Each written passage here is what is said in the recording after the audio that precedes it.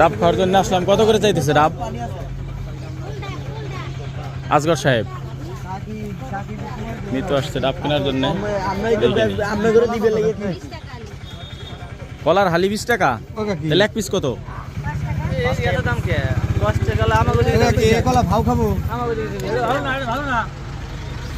Free খাবি কেন, টাকা দিয়ে খা। বেশি মোটামুটি এগুলো পাহাড়ি কলা। ডাবের পিস কত করে, কোনটা কত করে? 80 টাকা 100 টাকা। 80 কোনটার 100 কোনটা? এই 80 টাকা, এগুলো 100 টাকা।